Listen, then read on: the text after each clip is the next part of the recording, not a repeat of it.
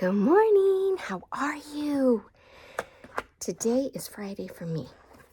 I don't know when it is that you are seeing this, but let's get going. We are going to read dun, dun, dun, dun, Arthur's Halloween, written by Mark Brown. It was the night before Halloween. Arthur's family was busy making the house look spooky. It was so spooky, in fact, that Arthur had a hard time falling asleep. Poor Arthur. Things were even worse the next morning. "Help!" screamed Arthur as he opened his eyes. "It's just me," said his sister Tibble. "Boy, are you jumpy. Don't forget, you have to take me trick-or-treating tonight." "Do I really have to?" asked Arthur as he was eating his cereal. "You really do," said his mother. "And I want to go to every house," said Tibble. Arthur groaned. "I'll be the only one who has to drag his baby sister along."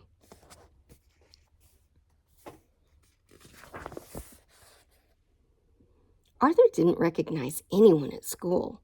There was a giant robot in his classroom taking attendance. "You sound just like my teacher, Mr. Marco," said Arthur. "I am your teacher," said the robot. The only one Arthur recognized was the brain. He was wrapped in aluminum foil. "I'm a baked potato," said the brain. A baked potato. Francine passed out special morning snacks. "Eat these," she said.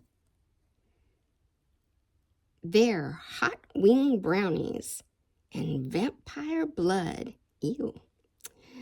Everyone ate them but Arthur.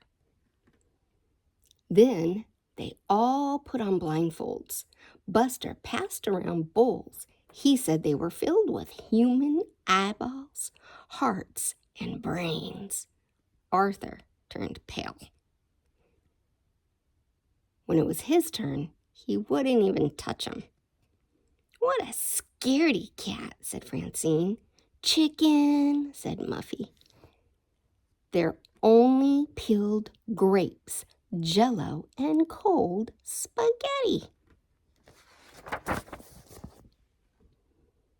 When it came time to go trick-or-treating, Buster knew which houses to skip. "Don't go there," he said. "They only give apples." "Gross," said Francine. "And don't go to the big house on the corner," said Buster. "That's the witch's house. My brother saw someone go in there last Halloween, and he never came out." Arthur tried not to look afraid.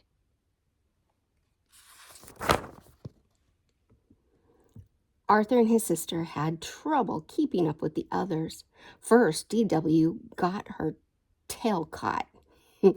Then her bag broke. "You're such a pain in the neck," said Arthur. DW must be short for dimwit.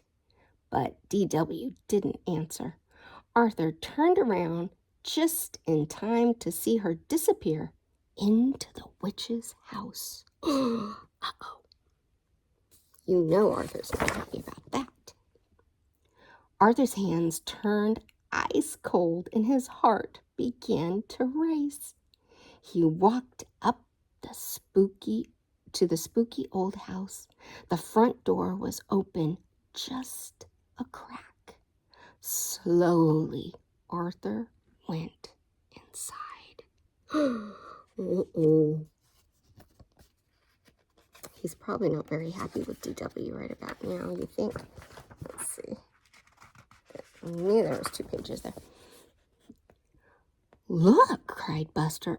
"Arthur just went inside the witch's house." See, they're like, "Ugh." She'll probably put Arthur and DW into her oven, just like Hansel and Gretel, said Sue Ellen. Maybe she's using them for weird scientific experiments, said the brain.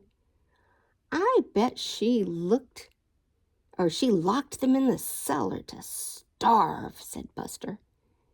Maybe we should follow him, said Francine. Maybe we should call the police, said Muffy. Everyone was too scared to move. Look at all the things they're thinking were going on. Inside the house, it was very cold. Arthur thought he saw ghosts all around him. He walked down a long, dark hall. At the end, he saw a light under a door. He heard voices. One was his sister's. Oh my. You say, oh my. Oh, there you are, said the witch. We were waiting for you. I came to get my sister. We have to go. I hear my mother calling us, said Arthur. I don't hear anything, said DW. My name is Mrs. Tibble. I hope that you won't leave without some apple cider and donuts first. They're chocolate. Your favorite, said DW.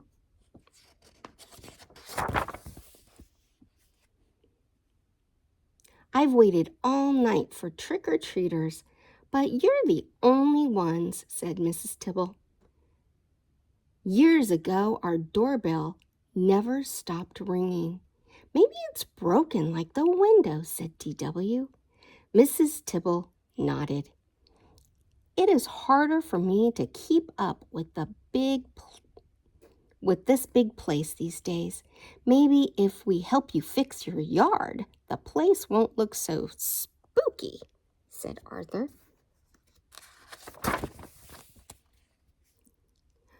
Arthur finished his donut as Miss Tibble opened the door and turned on the porch light. She gave Arthur and DW a big hug. See you Saturday to rake leaves, said Arthur. That's nice, right? They're going to help her. You're still alive? Said Francine. I can't believe you went in there alone, said the brain. You're so brave, said Sue Ellen. What's in the bag? Asked Buster. Probably eyeballs, hearts, and brains, said Francine. It's easy to find out, said Arthur. Just close your eyes and reach in, unless you're too scared. We've been to every house now. Can we take a shortcut home through the cemetery? Asked DW. The cemetery? On Halloween? Are you guys crazy? Asked Francine. Follow me, said Arthur. As he marched ahead, the cemetery is a great place. People are just dying to get in. Get it? They're just dying to get in. Anyway, I hope you liked our story about Arthur's Halloween. He was really scared, but DW was brave, and it turns out that scary house wasn't really scary, right?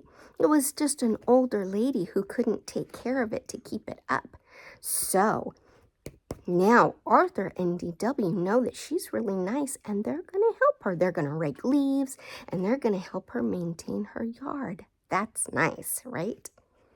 Well, maybe you can think of something really, really nice to do for your neighbors this Halloween. Yeah? I love you. Have a good day.